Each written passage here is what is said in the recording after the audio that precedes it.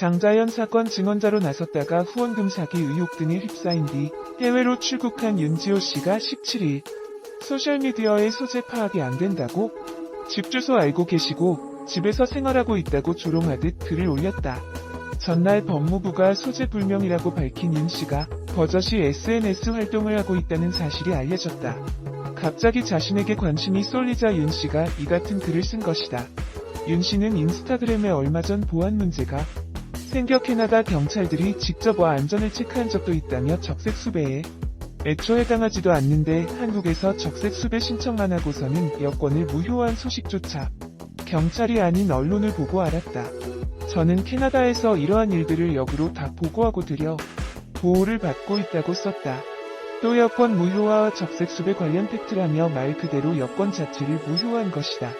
한국 사회에서 범죄자가 아닌 개인을 상대로 이런 진행을 한다는 것도 경악스러운 일이고 이렇게 어비징이 지나칠수록 저는 캐나다에서 더욱 철저한 보호를 받는다고 주장했다.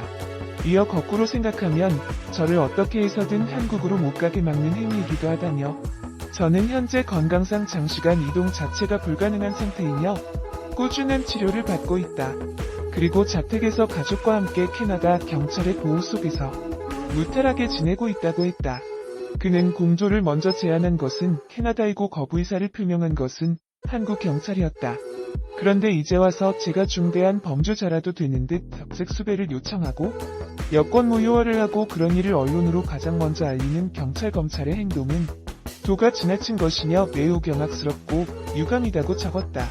윤 씨는 저는 인터폴 메인 오피스를 통해 적색 수배에 대해 직접 확인 중이며 현재까지는 한국 인터폴에서 적색 수배 요청만 되었으니 확인되었다고 덧붙였다. 그러면서 당신들의 마녀 사냥으로 잃어버린 일상 되찾아가며 평범한 일상을 살아가고 있다고 전했다. 윤 씨는 지난 8일 토론토 CN 타워를 배경으로 찍은 생일 파티 영상을 공개하는 등 꾸준한 SNS 활동을 하고 있다는 사실이 전날 알려져 논란이 됐다. 국민의힘 조수진 의원이 법무부의 신병 확보 및 수사 개진 여부 등에 대한 현황을 묻자 2020년 5월 11일 피의자의 해외 출국 사유로 기소 중지 처분되었음을 알려드린다는 답변이 돌아왔다. 기소 중지란 범죄 혐의가 있지만 피의자의 소재 파악이 안 될 때 내리는 조치다. 법무부는 답변서에서 피의자가 외국으로 출국하고 소재가 불명하여 체포영장을 발부받아 지명 수배된 상태이며 인터폴 수배 등 관련 절차를 조치했다며 캐나다 등과 형사사법 공조 시스템을 활용하여 신병 확보 절차 진행 중에 있다. 자세한 내용은 향후 수사에 영향을 미칠 우려가 있어 제출하기 어렵다고 밝혔다. 지난해 11월 서울지방경찰청은 윤 씨에 대해 인터폴의 적색 수배를 요청해 발부 결과를 통지받았다고 밝혔다. 인터폴 적색 수배는 최고 등급의 수배로 현지에서 피의자를 체포해 본국으로 송환할 수 있다. 또한 당시 경찰은 외교부에 윤 씨의 여권 발급 거부 및 반납 명령 등을 신청했다며 빠른 시일 내 캐나다 경찰과 협의해 윤 씨를 데려오겠다고 밝힌 바 있다. 디스패치 단독 보도 윤지호 과거 증언 재조명 신빙성 깨졌다 의문 네티즌 반응 기획이 들개 언론 조선일보 방정호 방상훈도 좀 낱낱이 파헤쳐 보도 촉구 디스패치고 장자연 사건 증언자 배우 윤지호 진술 의혹 제기에 인터넷 연예 뉴스들도 덩달아 증언자 윤지호 죽이기 가해자 조선일보 방사장 숨기기 동참 더 컨텐츠 김종승 대표 장자연 술자리 이용 이미숙 윤장호 장자연 문건으로 소송 준비 이명박 정권 촛불 재판 개입 논란 장자연 사건에 묻혀 윤지호 신변 위협 피해 살해 생존 방송 후원 모급 굿즈 판매 윤지호 탤런트 모델 신체 173cm 47kg 비영학력 한양대학교 경영대학원 국제경영학 졸업 디스패치가 윤지호의 진술의 의혹을 제기했다. 30일 디스패치는 윤지호 증언의 신빙성이 깨졌다고 보도했다. 매체는 장자연은 이용당했다고 설명하며 윤지호가 그간 내놓은 증언들을 추적했다. 윤지호의 증언에 일관성이 없다는 점을 지적했다. 윤지호의 진술은 장자연을 강제추행한 혐의를 받은 조이천을 무혐의로 만드는데 영향을 끼쳤으며 증언에 결정적인 요소가 없다고 밝혔다. 오히려 피의자들의 주장에 부합하는 주장이 다수라고 말했다. 경찰 및 검찰 진술조서, 경찰 대질신문, 법원 증인 신문조서를 확인했다. 먼저 윤지호는 검찰 진술에서 장자연이 가는데 혼자만 빠질 수도 없었다. 술자리에 참석해보니 득이 되는 것도 없었지만 술을 따르게 하는 것도 아니어서 라고 말했다. 술자리에 강제성이 없다는 점을 드러낸 셈. 장자연 사건은 그가 남긴 문건이 핵심 요소가 됐다. 이 문서는 유장호 사무실에서 직접 작성한 사실 확인서이며 이미숙의 전속계약 위반 소송에 쓰일 자필 문서다. 장자연은 이 문건에 김종승 사장님의 강요로 얼마나 술 접대를 했는지 셀 수가 없다고 기록했다.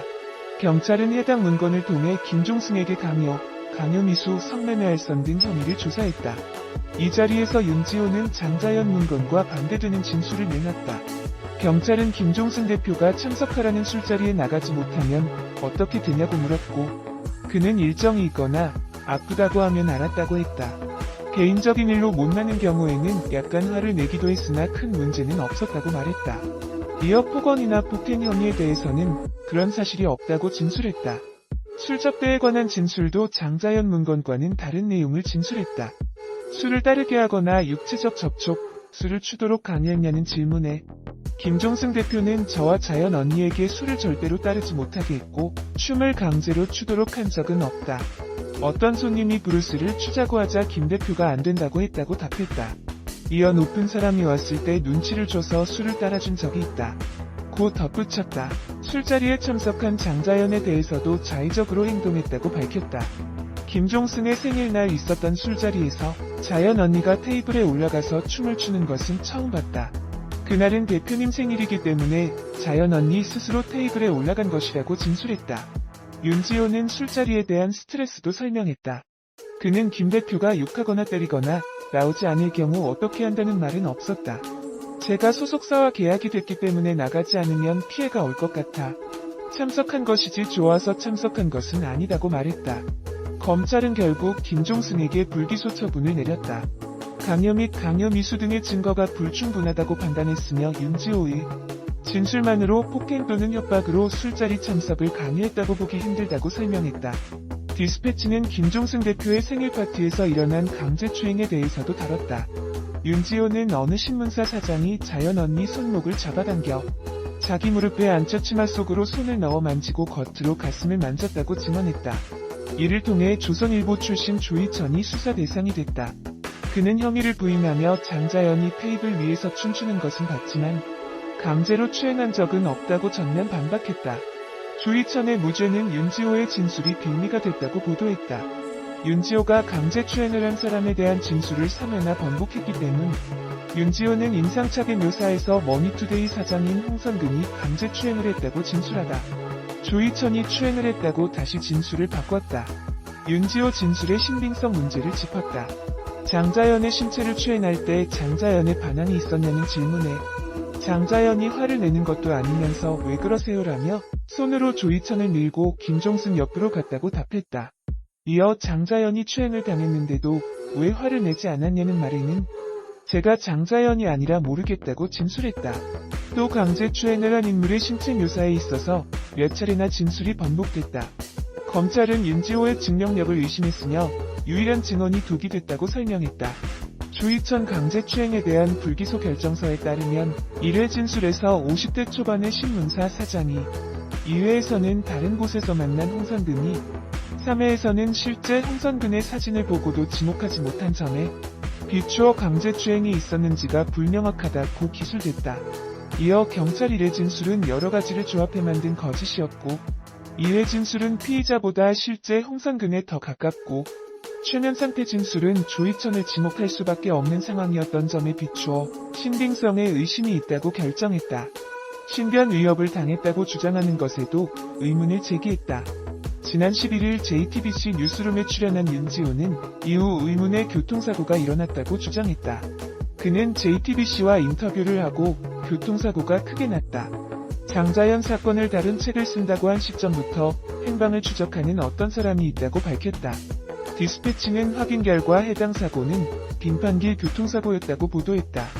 눈길에 미끄러져 일어난 접촉사고였으며 가해 차량 운전자는 평범한 아버지이며 윤지호 역시 이 사실을 알고 있다고 지적했다. 스마트워치 작동 오류, 벽 쪽에서 나는 의심스런 소음, 환풍구 잘단, 가스냄새 등을 주장하며 신변 위협을 당했다는 주장도 있었다.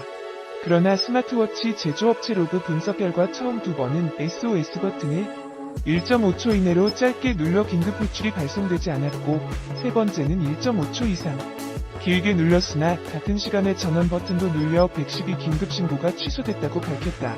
벽쪽 의심스런 소음은 서울지방경찰청 과학수사팀이 복도 CCTV 분석을 통해 객실 출입자를 확인하고 소음 측정, 지문 감식을 했으나 범죄 협의점이 없다고 확인했다. 환풍구는 지난달 13일 한국관광공사 주관 등급심사 대비 때 이미 화장실 천장 환풍구 덮개가 분리돼 있었으며 사람이 들어갈 수 없는 구멍 크기라고 덧붙. 장자연 사건 증언자로 나섰다가 후원